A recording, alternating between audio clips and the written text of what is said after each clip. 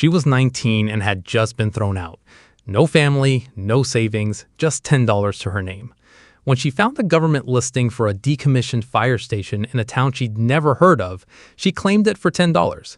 The building had been empty since 1971, but what she discovered in the basement, behind a door nobody had opened in over 50 years, changed everything. The suitcase wasn't even hers.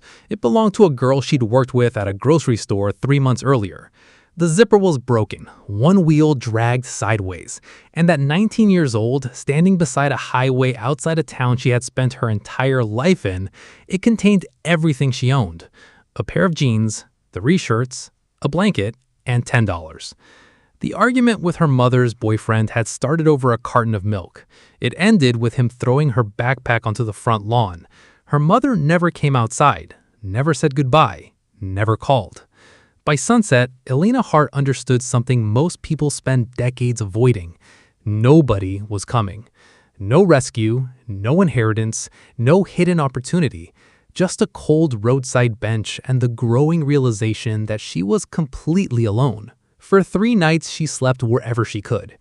A church porch, an empty bus shelter, the back corner of a 24-hour laundromat. By the 4th day, hunger felt normal. What scared her more was how quickly hopelessness started feeling normal too.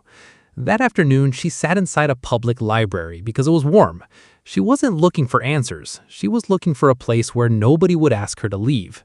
Near closing time, she wandered past a bulletin board covered with notices: lost dogs, community meetings, property auctions. One yellowing government flyer caught her eye: decommissioned municipal structure, minimum transfer fee $10, location Ash Ridge, structure former fire station, condition uninhabitable, final claim deadline today. Elena stared at the paper. Ash Ridge. She had never heard of it. The attached photograph showed a brick building leaning slightly to one side beneath a mountain ridge. Broken windows, boarded doors, tall weeds. The kind of place people drove past without noticing. She checked her pocket. $10. Exactly 10. The librarian was already shutting off lights when Elena copied the information. Something about it felt ridiculous, but something else felt worse: doing nothing. An hour later, she used the last of her phone battery to submit the claim. The confirmation email arrived 42 seconds later. The transfer had been approved. For $10, she now owned an abandoned fire station in a town she'd never seen. And 3 days later, carrying a broken suitcase and a paper map she found at a gas station, she arrived. The road into Ash Ridge wound through mountains covered with pine trees. Mist drifted across the hills like smoke. The town itself looked forgotten. A few hundred residents, one diner, one hardware store, a post office, and silence. The fire station sat at the edge of town, waiting. Its faded red paint had long since surrendered to weather and time. The garage doors were rusted shut. One window hung crooked from a single hinge. Grass reached nearly Elena's knees. She stood in front of it for several seconds, not because she was impressed, because she was terrified. This wasn't a fresh start. This was proof of how far she had fallen. The key left by the county barely fit the lock. The door opened with a groan loud enough to echo through the empty structure. Dust swirled through shafts of afternoon sunlight. The smell hit first: old wood, engine oil, rainwater. Decades of neglect. Inside stood the skeleton of another era. Lockers lined one wall. A bulletin board still held faded notices from 1971. Coffee mugs sat untouched on shelves, as if everyone had simply walked away one afternoon and never returned. Elena moved slowly through the building. The upstairs sleeping quarters, the kitchen, the office. Everything abandoned. Everything frozen. Everything lonely.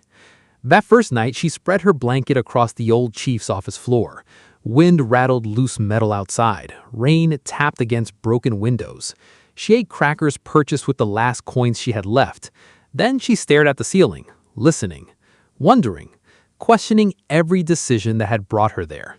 Around midnight, she heard a sound, a dull, metallic thump, somewhere beneath her. Elena sat upright. The building creaked constantly, but this was different, heavy, distinct, almost deliberate. The sound came again, from below. There wasn't supposed to be anything below. The county records listed only 2 floors, yet the noise had clearly come from underneath. She grabbed the flashlight she found in a locker. The batteries were weak. The beam flickered.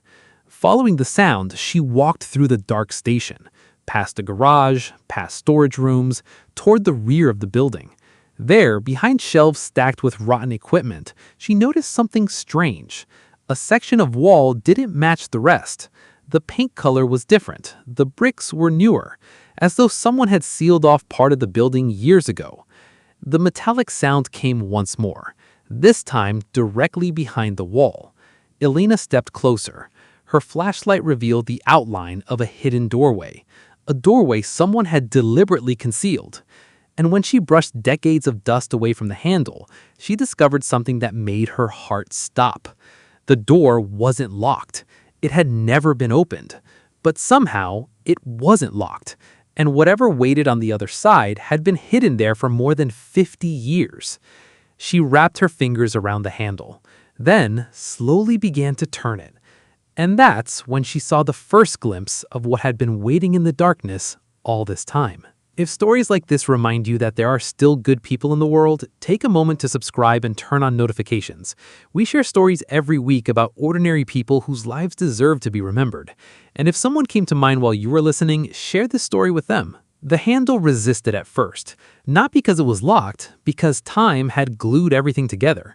Elena leaned her shoulder against the door. Wood groaned, dust spilled from the frame. Then, with a sharp crack that echoed through the building, the seal finally broke. A rush of cold air swept past her, air that smelled different from the rest of the station, dry, still, untouched. Her flashlight flickered as she aimed it into the darkness. Stairs, old concrete stairs disappearing underground. The county records were wrong. There was a basement, a large one, and somehow nobody had mentioned it for half a century. Elena stood there for several moments. Every sensible instinct told her to walk away until morning. Instead, she descended. Each step released another layer of dust. The beam from her flashlight danced across stone walls and rusted pipes. At the bottom, the space opened into a room far larger than she expected. Shelves lined every wall. Metal filing cabinets stood in neat rows. Wooden crates filled entire corners. Nothing looked looted. Nothing looked disturbed. It was as if someone had closed the door one day and never returned. The flashlight settled on a calendar hanging near the far wall. October 1971. The final page still visible. Elena swallowed. Nobody had touched this room since then. She moved deeper inside. Most of the crates contained old fire department supplies, maps, equipment manuals, maintenance records, boring things, forgotten things. Nothing that explained why an entire basement had been hidden. Then she noticed a desk. Unlike everything else, the desk appeared carefully organized. Centered on its surface sat a small wooden box. No lock, no label, just a box. She opened it. Inside was a single notebook. The cover was worn smooth from years of use. Written across the front in fading ink were 4 words. If someone finds this. Elena felt a chill crawl across her shoulders. Slowly, she opened the notebook. The first page contained no introduction, no explanation, just a name. Margaret Webb. Beneath it was an address, and underneath that, a short handwritten note. Winter of 1963. Needed coal. Too proud to ask. Elena turned a page. Another name. Another address. Another note. Repaired roof after storm. Never told anyone. Next page. Another. And another. Hundreds of names. Hundreds. Every page contained a person from Ashridge. Beside each name was a brief description. Medicine delivered. School fees covered. Food left anonymously. Farm repaired. Rent paid. Hospital ride. Funeral costs. Acts of kindness. Quiet acts. Invisible acts. The notebook wasn't a diary.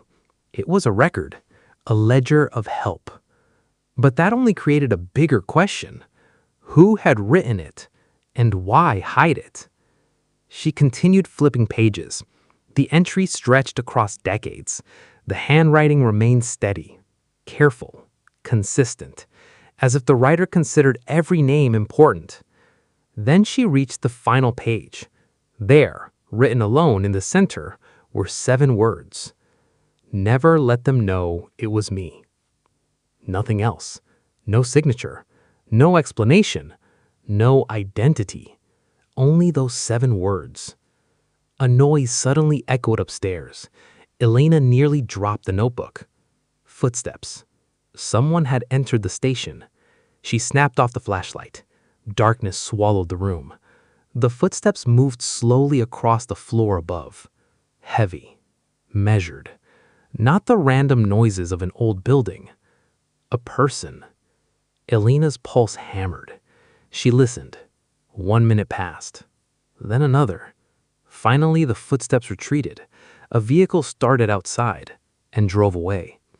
She waited nearly 10 minutes before moving again. When she finally climbed back upstairs, dawn was beginning to brighten the windows. Outside, tire tracks cut through the mud near the entrance. Fresh tracks. Someone knew about the building, or at least someone was watching it. The realization followed her through the entire morning. By noon, she decided there was only one way to get answers. She needed to find one of the names. The first name, Margaret Webb. Ashridge wasn't large. The woman might still be alive, or someone might remember her. The address listed in the notebook led Elena to a small white house near the edge of town. Paint peeled from the porch railings. Flowers grew in old coffee cans. A woman in her 80s answered the door. Her eyes narrowed cautiously. "Can I help you?" Elena held up the notebook. "I think someone once helped you." The woman's expression changed instantly. Not surprise, recognition, the kind that arrives when an old memory suddenly wakes up. Margaret stared at the notebook for a long several seconds, then quietly stepped aside. "You'd better come in." Inside, family photographs covered the walls. The smell of cinnamon drifted from the kitchen. Margaret sat slowly at the table. Her hands trembled as she looked at the notebook. "I haven't seen that in years."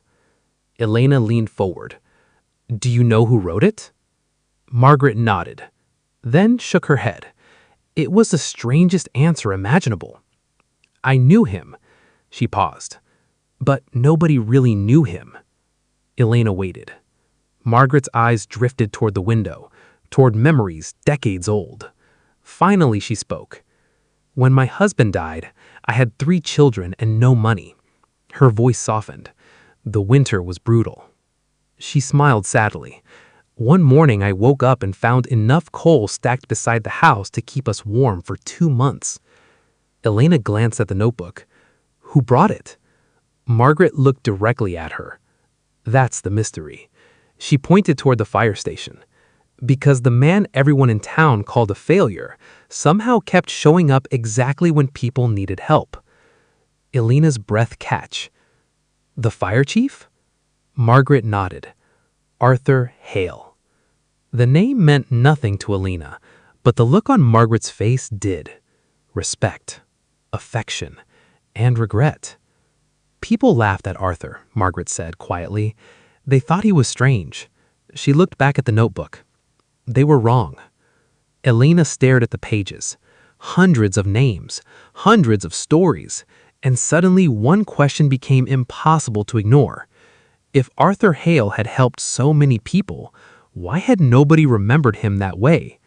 And why had someone gone to such lengths to hide the evidence? As Elena left Margaret's house, she noticed a truck parked across the street. An older man sat behind the wheel, watching. The moment their eyes met, he started the engine and drove away. The same dark truck whose tire tracks she had seen outside the fire station that morning. Someone else knew about Arthur Hale, and whatever they didn't want Elena asking questions.